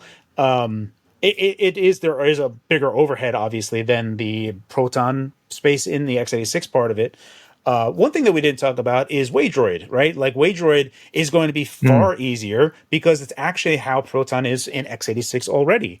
It is already ARM to ARM, so there is no emulation. We're just doing the API calls. We're just doing the wrapper side of things. So you just need to do Android calls to Linux calls. So the overhead for that is way lower. And they also have mentioned that pretty much all of it is the compatibility is great. If the only part of it is where proprietary stuff gets in, that they aren't going to be able to support it, like Quest 3 type of stuff. So that's really cool as well. Is like you can just basically put an APK on this sucker and just fire it up and go. A lot of cool stuff is coming from here, and I feel like Steam OS is going to invade as an OS, like Bazzite is on all the Android handhelds that we already have, and it's just like we're going to get there. And as a side thing that I've been trying to do with like the Flip, I've been trying to build my own OS for that as well, using all this stuff in the background and trying to get ahead of everyone. But I'll probably not get there, and I'll just lean on Bazzite as it is. But super cool stuff outside of the Steam frame. We're kind of speeding through a lot of this, and it's because it's so much, right? Like there's just so much here. And it's funny because I was talking to Carrie the night before the announcement, and I was like, this all sounds like a fever dream, right? Like, and I was just focusing on this. I made a whole graph, right? So I'm going to share that real quick. I made a whole graph preparing, like, this is what I think this is going to be. Apparently I can't share. Wait. Oh, I don't know why. No, well, I can. I'm back. Okay. I'm back. All right. Back, baby. You guys see that? No. Yeah. Yeah. So I was trying. This is inspired by matchup charts, like Street Fighter matchup charts.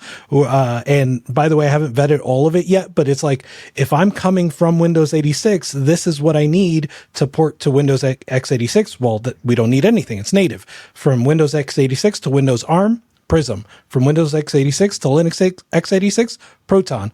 From Windows x86 to Linux ARM, we need Proton ARM and FEX, right? Like that's what we need. And so, by the way, Carrie, I don't know if it's intentional or not, but I like that you don't use the word emulation. I'm one of these pedants when it comes to the word emulation.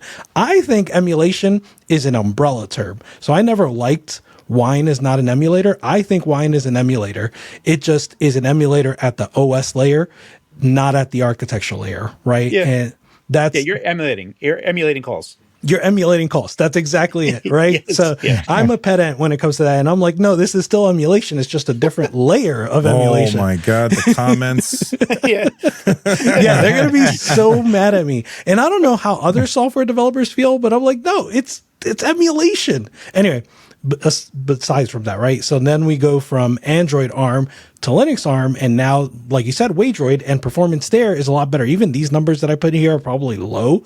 It's probably, like you said, closer to Wine Proton, where it's like 95 plus. And then we get to... What are the numbers? Are those like percentages? It's right, really like small on my screen. sorry about that, how close we get to native. So like native is 100%. Wine Proton... Oh, right. I can see it now. Yeah. Wine Proton is 95 plus, and it can get higher than 100 sometimes, right? Yeah. So yeah.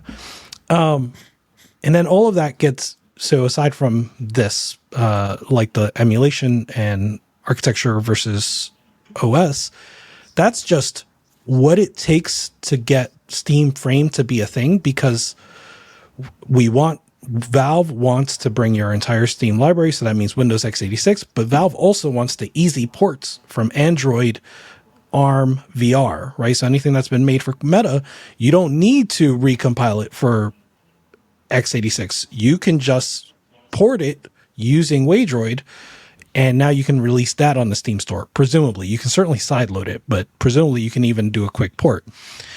But what we haven't gotten to, I know, is Carrie's mind is like, I'm just watching his mind blow. I keep going. But the secret thing about all of this that we've talked about internally, but like hasn't really been talked about outside, but Russ alluded to it, is now all the hardware that this opens up, right? So every Android device, if you can root it and you can install Bazzite for ARM, or you can install a variant of SteamOS, and Steam is available on SteamOS for Linux, or Bazzite for, SteamOS for ARM, or Bazzite for ARM. Now you have all of this at your fingertips, and it's what we were talking about last week, where it's Game Hub, but for everybody. So the one thing that I just came to realize, because I was like, oh yeah, Waydroid's kind of cool. You can play all those Android games like Fortnite and Roblox. Where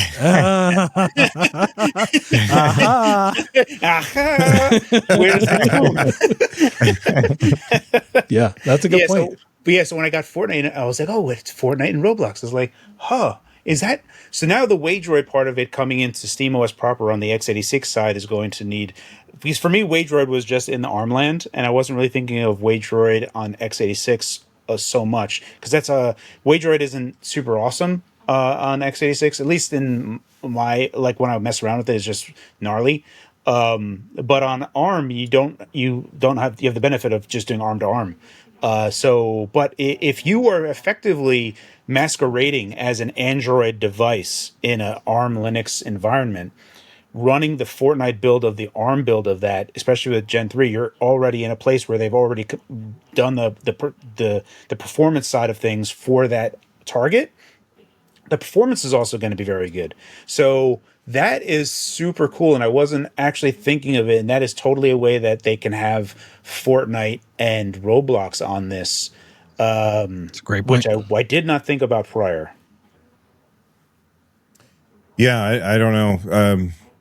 I think that there's so many possibilities. It's like the mind boggles at like what seems like it could happen. And it almost feels like if you go back to before the announcement, where Carrie was like, I think I'm going to be able to touch this keyboard and I'm going to be able to see it, and it's going to be like Ready Player One, and then disappointment.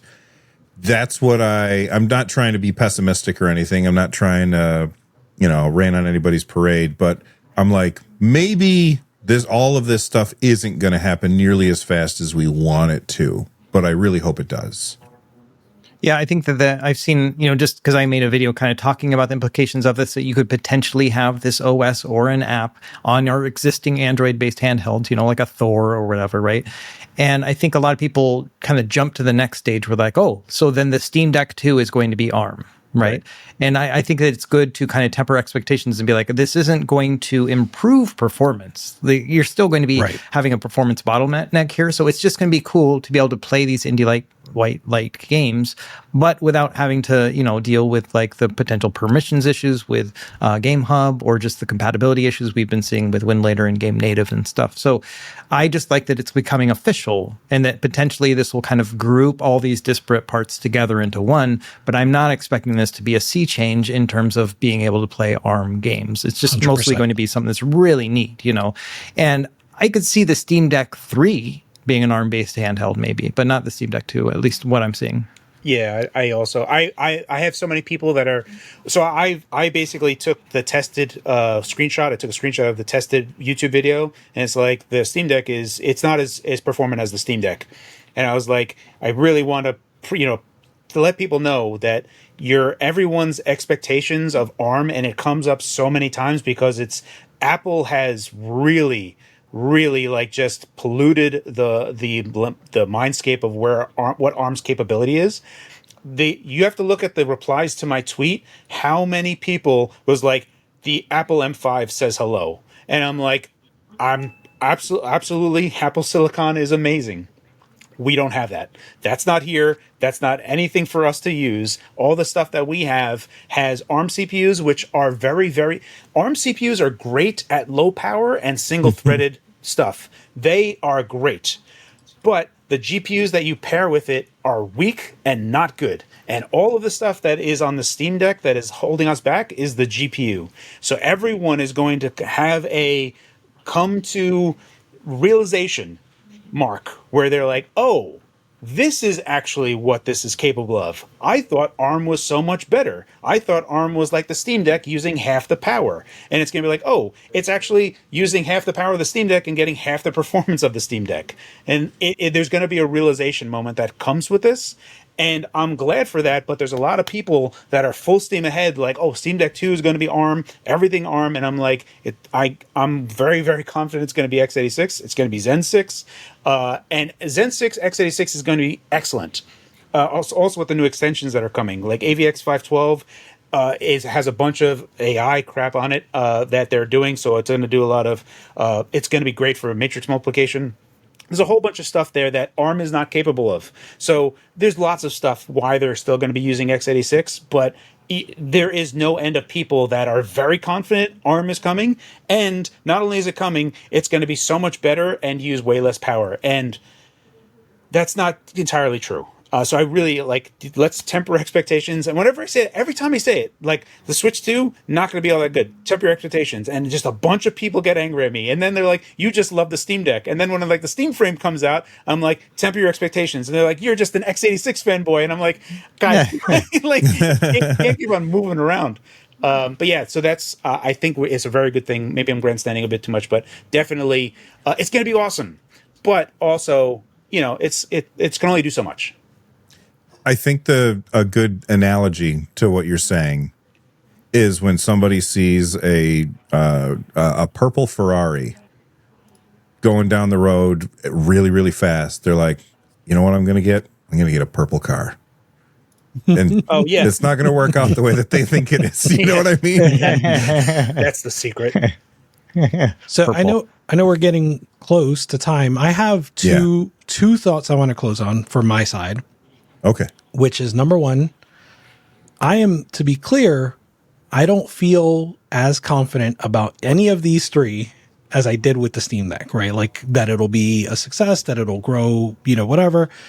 But I think they're all ambitious. Let me take that back. Steam controller, I feel great about. I'm buying that.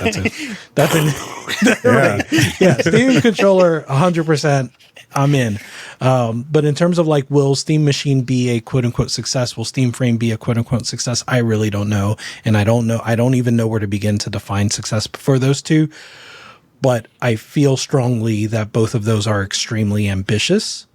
And that to me feels like enough for me to be interested and excited and hype about this. And then the second thought is I'm going to get sappy. I was not a content creator when the Steam Deck was announced. I was a content creator by the time it was released, but not when it was announced. And now here I am with you guys talking about this exciting stuff. So thank you. That's if awesome. for nothing else, this is the reason I get excited about this stuff is because we get to sit down and have a conversation every week except for next week for reasons I'll talk about later. Because it's just like, this is my favorite part of the gaming industry is talking to you guys about what we get excited about. To answer your first part though, Rich, defining success, I think it depends on who you ask. If you ask gamers, and I have a video coming out about this. You read my script because he's a better writer than me, so I threw my script at him to get some advice. And basically, one of the things that I say in the video is, if you ask a gamer what success looks like, they're going to say, well, it has to sell more Steam machines than PS5s, or it has to sell more Steam Decks than Nintendo Switch 2s. That's a ridiculous statement, especially because these things aren't in stores. To Valve, they define success differently. Does it increase the number of games sold? That is the only metric that I think they care about. That and making their customers happy, because then their customers come back to buy more stuff.